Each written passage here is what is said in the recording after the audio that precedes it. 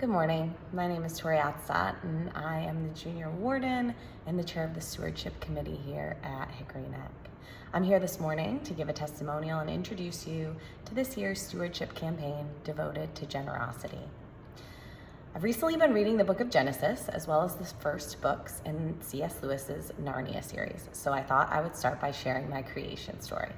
Just kidding. I will share that I was born to my mom, Tori, on December 26, 1984. My parents divorced when I was a baby, and it's a long story, but my mom was definitely a provider. She never had as much to give us as she wanted to, and I thought she was the most sacrificial person on earth when we went to McDonald's and she didn't get her own meal. Now I know she was probably just watching her weight or had better taste. We had everything we ever needed, but as you can imagine, the tumult of a family separation at that age impacted me pretty significantly. There was shared custody and therefore much shuffling and living out of laundry baskets and so on. Although my mother was a wonderful provider, I had zero faith that she would be able to provide. I worried about money all the time as a kid. Despite my distrust, I never went without. In 2014, my mom died.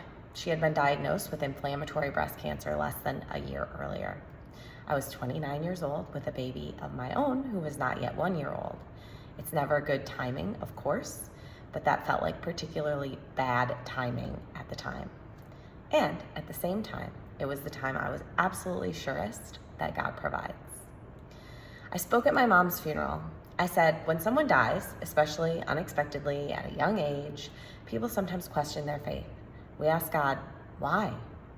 I think this is so natural. I think people are having this reaction right now and will continue to feel this way as they sort through their feelings. You might expect that I feel this way right now, but I don't. I don't know why this happened, but I do know now, more than ever, that the stories are true. God is real.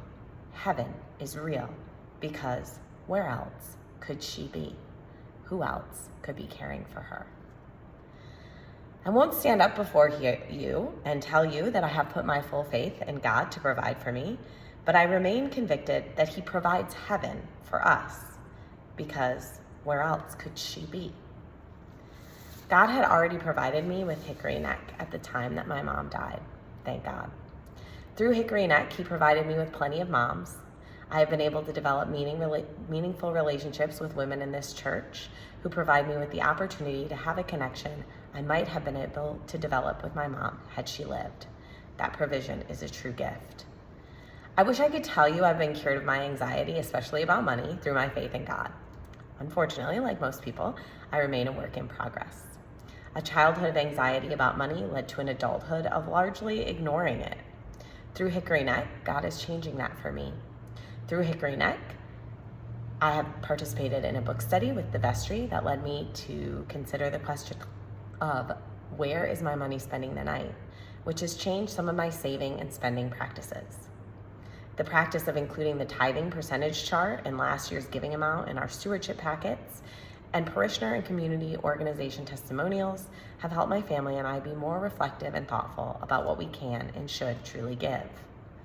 What I said at my mom's funeral wasn't something I made up to make people feel better. I can still access the feeling of calm that had come over me when I wrote those words. When God is our treasure, nothing can separate us from Him. Our anxieties about relationships and money and jobs and anything else material or of this world can melt away. We can focus on being sacrificial, on being devoted to generosity, knowing God will provide. Thank you.